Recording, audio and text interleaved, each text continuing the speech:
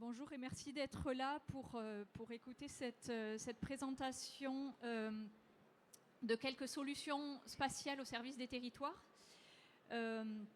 J'ai l'honneur et le plaisir d'accueillir Aurore Delahaye du ministère de la Transition écologique, Adrien Pin pour Hydroventure, Arnaud André pour SGEVT.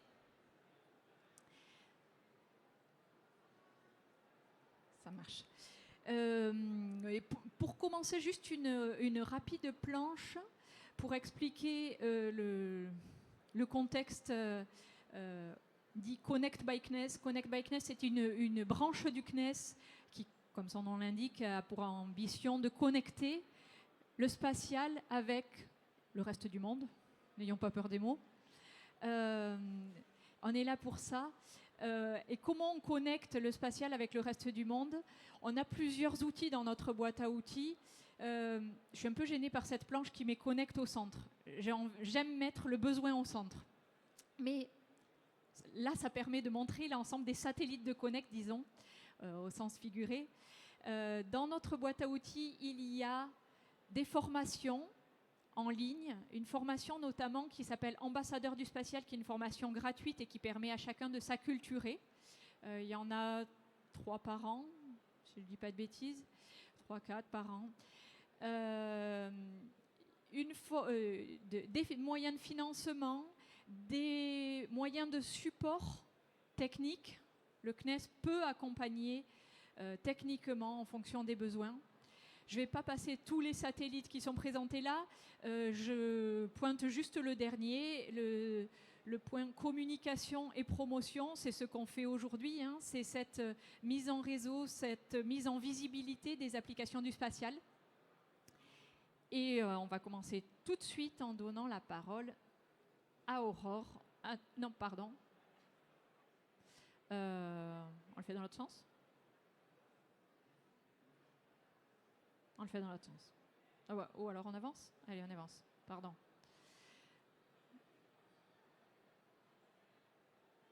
Allez, on commence en donnant la parole à Aurore qui va nous parler du cas du projet France 2030 Aval. Alors Aval pour nous, Amont pour un certain nombre d'autres. En tout cas, d'usage de la donnée spatiale au service des territoires, au service des enjeux sociétaux. Et c'est pour ça qu'on est là. Oui, donc bonjour à tous. Donc moi, je suis du ministère de la Transition écologique, de l'énergie, du climat et de la prévention des risques. Et je vais vous parler du côté territoire utilisateur et donc du besoin.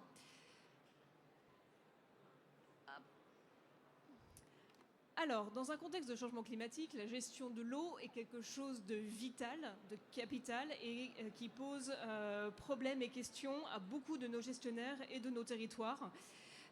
Et cela, ça a été mis particulièrement en exergue au cours de la sécheresse de 2022, dont je suis sûre que vous vous rappelez tous.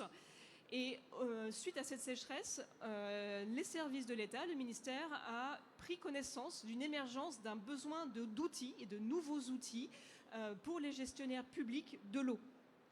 Alors, des outils, il y en a qui existaient déjà, des mesures in situ, de l'observation, mais il manquait quelque chose de plus global, de plus général. Et à peu près à la même époque, le programme France 2030, donc, qui est le programme d'investissement massif de l'État, et notamment dans son volet spatial, a offert une opportunité de développer de nouveaux outils, de nouveaux services. Donc on avait d'un côté un besoin de nouveaux outils et de l'autre côté l'opportunité d'en créer des nouveaux. Donc on a fait converger cela ensemble et on a imaginé, alors quand je dis on, c'est le CNES et le ministère, on a imaginé un projet s'inscrivant dans le cadre du volet spatial de France 2030. Alors ce volet spatial, il a 3 piliers. Le premier, c'est l'appui au lancement de nouveaux services opérationnels.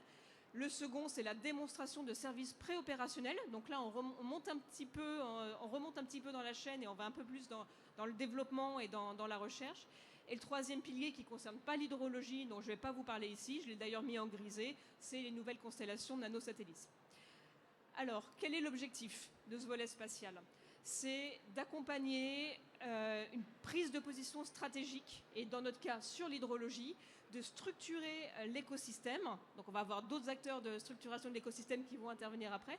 Donc de structurer l'écosystème, d'utiliser des données européenne, donc du système d'acquisition de données Copernicus, qui est une constellation de satellites à laquelle la France contribue activement, et notre ministère en particulier.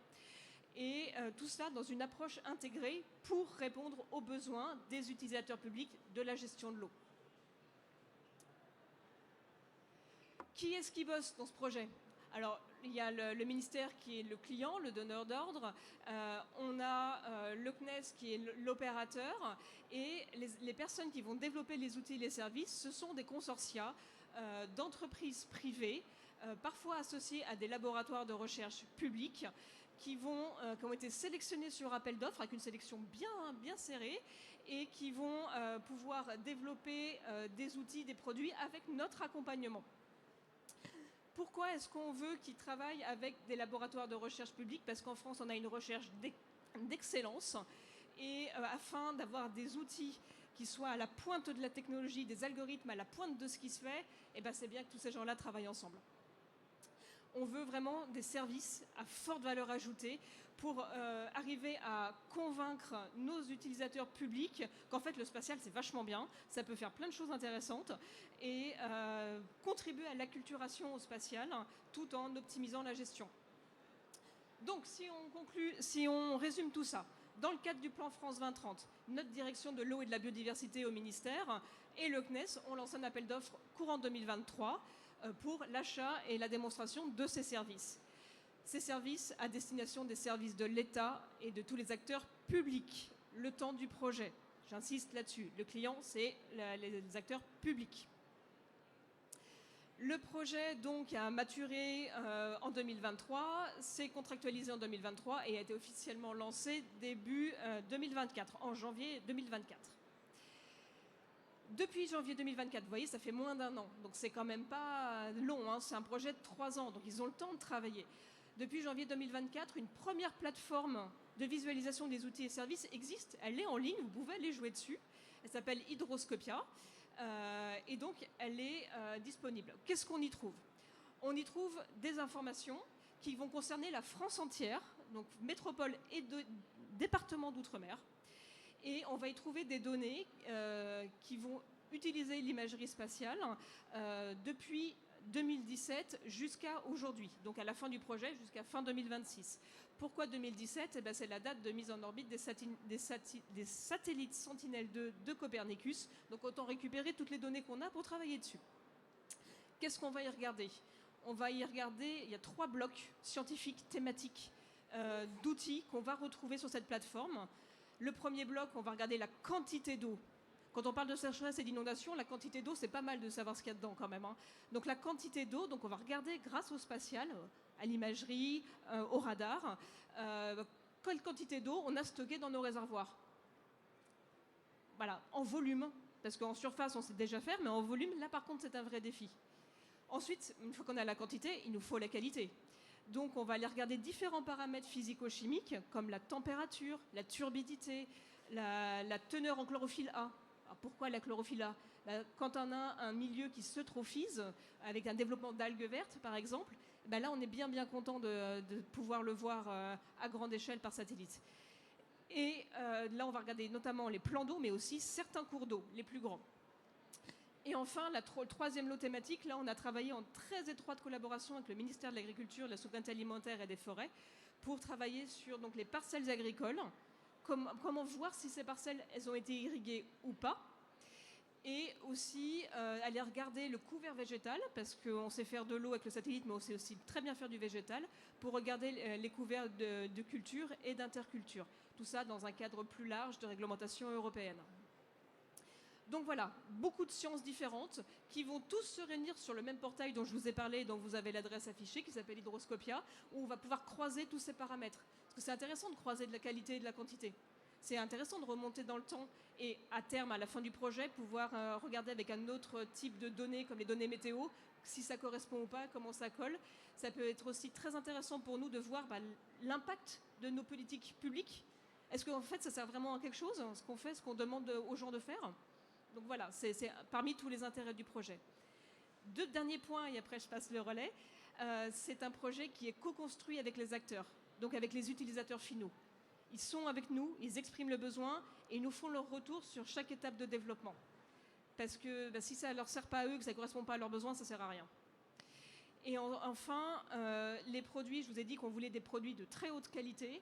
Et donc tout ce qui sort des productions et des algorithmes, c'est évalué par des experts indépendants, donc des experts scientifiques, des experts techniques et des experts métiers, et ça tous les 6 mois, pour être sûr qu'on reste dans les clous du projet et qu'on répond bien à la demande et aux besoins.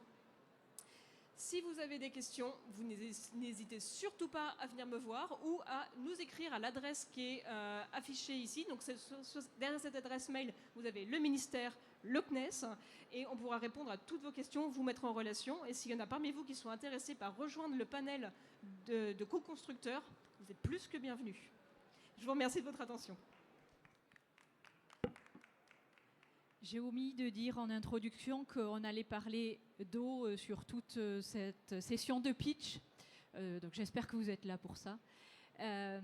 Donc on va enchaîner avec Hydroventure. Aurore parlait de cet écosystème et de l'excellence de cet écosystème. C'est un écosystème que certains pourraient dire aussi dispersé, allez, je préfère dire multiple, riche, varié. Quelle réponse on a à ce constat?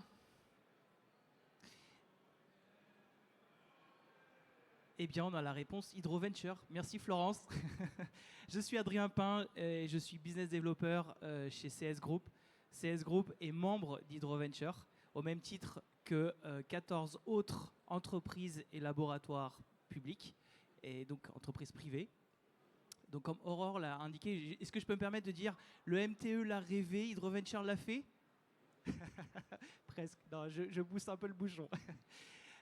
Donc face aux enjeux de l'eau actuelle, voilà, on n'est pas sans savoir que l'eau cause problème avec les problématiques qu'il y a eu en Europe de l'Est avec l'ouragan Boris et ce qui s'est passé à Valence, plus les épisodes de sécheresse. L'eau est un enjeu capital. Et au-delà de ça, ce sont l'accès à la donnée. Finalement, aujourd'hui, l'accès à la donnée, la dissémination et le manque de coordination transfrontalière. On a aussi la problématique suivante, et je l'ai bien entendu sur le salon, c'est on ne sait pas à qui s'adresser. Donc finalement, au travers d'Hydroventure, on est la boutique unique, pratiquement, d'hydrologie spatiale, à qui s'adresser, parce que j'y viens dans un instant. Alors, voilà. Donc ce groupement d'entreprises et de laboratoires est experte sur différents aspects hydrologiques. On a bien sûr, on l'a évoqué, Aurore l'a évoqué tout à l'heure, mais on a la qualité, avec des problématiques de chlorophylle par exemple, de température d'eau, de la quantité sur la gestion des stocks, mais aussi des aspects de crise d'inondation et l'aspect de submersion marine avec voilà, la préservation du trait côtier. Donc l'ensemble des acteurs, des 14 acteurs que j'ai évoqués et qu'on a vu tout à l'heure, sont experts dans ces 3 domaines-là. Et d'ailleurs, je lance un appel aussi, parce que ce qui manque un petit peu dans cette partie-là, c'est l'eau souterraine, et qui est intimement corrélée à l'eau de surface. Donc s'il y a des personnes qui nous entendent et qui souhaitent rejoindre leur groupement Hydroventure avec ces compétences-là, elles sont les bienvenues. En termes de valorisation de la donnée, on se positionne sur toute la chaîne de l'hydrologie, à partir de l'amont. Ce qu'on appelle l'amont, c'est vraiment la captation de la donnée, que ce soit satellitaire ou in situ. On a par exemple le membre Vortex.io, qui a donc ces stations in situ qui complètent le réseau actuel de Vigicru et qui est là pour, par exemple, détecter les embâcles sur les cours d'eau. Donc cette valorisation, elle se passe notamment, enfin on sait processer la donnée, mais derrière l'objectif, c'est vraiment de la soumettre et d'apporter des outils d'aide à la décision. Et Aurore l'a évoqué, donc le programme France 2030 Hydro s'inscrit totalement dans cette lignée-là, avec justement des screenshots qui sont apportés avec des OAD, des outils d'aide à la décision qui permettent d'avoir une connaissance précise des réserves en eau, de la modélisation 3D.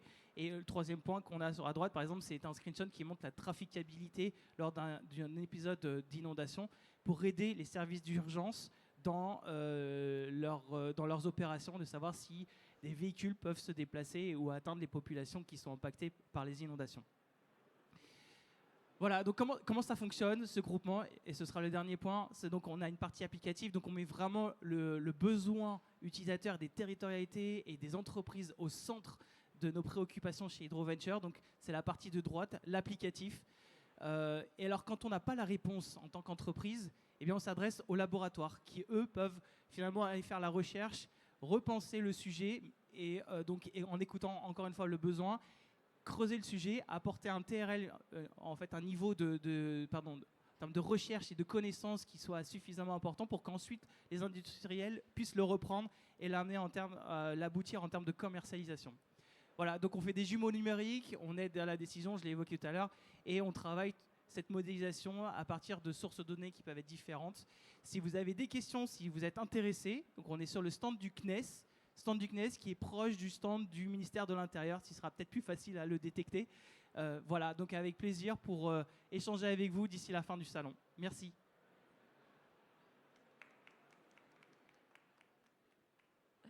Merci beaucoup, Adrien. Il faut repartir en arrière. Ouais, c'est ça. On va enchaîner avec SGEVT. Alors, Hydroventure fait beaucoup, mais ne fait pas tout. Il faut reconnaître, il y a aussi dans l'écosystème encore quelques autres sociétés qui ne sont pas dans Hydroventure, dont SGEVT, qui apporte aussi de l'eau au moulin, si j'ose dire, à sa façon. On va parler là d'un cas d'usage concret. On va rentrer dans le concret avec un cas très appliqué aux inondations et aux sécheresses. Arnaud, tu nous racontes ça ? C'est ça, avec joie. Donc, la société SGEVT est une société qui est spécialisée dans les outils d'évaluation du développement durable des territoires, avec un accent fort sur la compliance réglementaire et aussi la coopération entre les acteurs du développement durable. J'y reviendrai tout à l'heure dans ma conclusion sur cette exigence de coopération sur tous ces enjeux. Alors, pour expliquer ce que nous faisons, on va parler, Florence, comme tu le disais, d'un cas concret, le SCO Attest, qu'on mène dans le cadre donc des projets SCO, dans lequel nous poursuivons, parce que c'est entamé depuis déjà 2 ans, le développement de services pour augmenter la résilience des territoires agricoles. Pardon, en climat... Arnaud, pardon, je te coupe juste en introduction. Peut-être ça vaut la peine de traduire SCO. Allons-y. Tout le monde ne connaît peut-être pas le SCO. Je te laisse faire. Space for Climate Observatory, qui est un dispositif d'accompagnement de sujets en lien avec de la donnée spatiale à destination des territoires, des démonstrateurs sur un territoire généralisables à d'autres. Oui, tout à fait. Et ce que vous disiez tout à l'heure, le SCO est l'occasion de créer des partenariats publics-privés, mêlant justement des labos et des acteurs privés comme nous, mais aussi, comme vous le voyez sur cette slide, des acteurs majeurs. Et nous avons 2 territoires d'ancrage, c'est très important, comme on l'a dit tout à l'heure. L'un au sud, c'est le département de l'Aude, et l'autre au nord, le département du Nord-Pas-de-Calais. 2 territoires particulièrement éprouvés par l'enjeu qu'adresse ce projet, qui est, en climat actuel et futur, comment faire face aux aléas. C'est un couple infernal, ruissellement intense et longue période sèche. Qu'est-ce qu'on fait sur ce projet ? Donc, les objectifs sont synthétisés sur la gauche de cette slide, mais je vais plutôt l'adresser par les questions. En fait, nous cherchons à répondre à 4 questions que se posent les décideurs locaux, puisque la cible de ces services, c'est de les aider, eux, au niveau de responsabilité qu'ils ont. La première question que nous cherchons à adresser, c'est où sont les vulnérabilités de mon territoire ? Je me mets à la place d'un décideur local. Et ça, nous l'adressons par un service de notation prédictive de vulnérabilité qui est établi sur des carreaux de 100 mètres par 100 mètres avec des méthodes éprouvées qui viennent des partenaires du projet. Pour vous montrer à quoi ça ressemble, je ne sais pas si vous voyez grand-chose, en fait c'est un carroyage sur lequel on applique la notation de vulnérabilité. Plus le carreau est sombre, plus il est rouge, plus cette partie du territoire est vulnérable, et moins il l'est, vous avez compris. Et donc, en fait, vous avez en dessous un graphe radar qui permet d'illustrer la raison pour laquelle ce carreau est ressorti, noté de cette façon. La deuxième question que nous adressons porte sur comment prioriser et aussi comment justifier la priorisation qui a été faite. Alors là, on s'est adressé par un service de paramétrage, en fait, multicritères, en fonction des problématiques coûts-bénéfices qui veulent être adressées. Alors, on sait à peu près de quoi il s'agit, c'est les atteintes aux biens, aux équipements, aux infrastructures. c'est aussi les pertes de productivité agricole, le coût d'entretien des routes. Donc c'est ce que nous aidons à faire avec justement des services qui permettent de décider et de justifier la décision. La troisième question que nous traitons, c'est quelle est l'efficacité des solutions d'adaptation. Il y en a toute une quantité dans mon contexte particulier. Évidemment, d'un territoire à l'autre, les contextes ne sont pas du tout les mêmes. Je vous montre un extrait de solutions d'adaptation particulièrement basées sur celles sur la nature, mais il y en a beaucoup d'autres. Et en fait, dans nos services, on distingue les solutions qui ont été corroborées de façon précise dans un contexte défini, tout en collectant les différentes solutions qui sont évoquées dans la littérature. On parlait d'intelligence collective, c'est ce que nous faisons aussi. Nous cherchons à partager cette intelligence entre acteurs. Et le dernier service, la dernière question que nous adressons, c'est comment rendre compte et évaluer. Alors là, il s'agit d'actualiser la vulnérabilité dont j'ai parlé tout à l'heure pour la comparer dans le temps et permettre de voir si la résilience s'améliore ou se dégrade, et rendre compte et valoriser aux autorités de contrôle, aux différents acteurs du territoire, mais aussi à la population qui est souvent très préoccupée par ces phénomènes. Voilà pour ce qui est des services que nous proposons. Alors, pour les rendre plus efficaces, on fait beaucoup appel à la donnée satellite. Ah, ça, vous serez content de l'entendre, certainement, Florence. On fait appel beaucoup à la donnée satellite, à leur basse résolution pour la détection de changements sur les images avant-après événements et localiser où est-ce qu'on va faire des vérifications de dommages et d'efficacité des solutions. Et avec haute résolution, c'est plus complexe, c'est plus coûteux, c'est plutôt pour détecter les dommages. On a des algos qui ont été faits par le CNES de détection des vignes et cultures endommagées, de présence de facteurs d'aggravation ou d'atténuation que sont les haies, les cultures en terrasse, enfin ce qu'on arrive à voir avec le satellite. Et donc nous utilisons de façon assez extensive toute cette gamme d'outils pour permettre finalement de créer une sorte de capitalisation progressive conduisant à des statistiques entre les solutions et les prédictions et qu'est-ce qui a été effectivement corroboré sur le terrain. Et on voudra monter un commun, peut-être quelque chose dont on pourrait vous parler, un commun pour que justement un groupe de travail se constitue pour fiabiliser ces données qui serviront aussi à ceux qui font des outils comme nous pour voir s'ils sont efficaces. Et je conclurai en parlant de communauté de destin. C'est peut-être une banalité, mais ces enjeux sont tellement difficiles qu'aucun acteur ne peut prétendre les régler seul et que donc une coopération entre acteurs qui permet de partager les efforts et aussi les coûts nous paraît indispensable. Aussi, nous nous attachons à partager des données, du savoir-faire, des solutions entre acteurs pour permettre d'informer, de comprendre, d'analyser et de localiser les risques en commun, à un certain niveau en tout cas, de décider des priorités d'action et après de pouvoir prendre nos outils et les intégrer dans des projets. Il y a toute une multitude de projets, les PAPI par exemple, les PPRI, il y a les PCAET, et donc chaque projet a sa responsabilité, ses méthodes, y compris les acteurs privés, et notre but c'est d'aider à partir d'un socle commun à ces différents acteurs de partager l'effort et surtout de continuer la coopération. Donc voilà un peu le projet Scoates qui est assez caractéristique des services que nous donnons. Merci beaucoup Arnaud. J'aime bien cette expression de communauté de destin. On est tous sur ce même vaisseau spatial Terre. On partage tous cette eau pour laquelle vous œuvrez si bien. Merci pour ça et merci pour votre prise de parole. Et pour ceux qui voudraient poursuivre la discussion, n'hésitez pas à passer sur la place des applications satellitaires, stand 243 du pavillon 3. Merci à tous pour votre attention.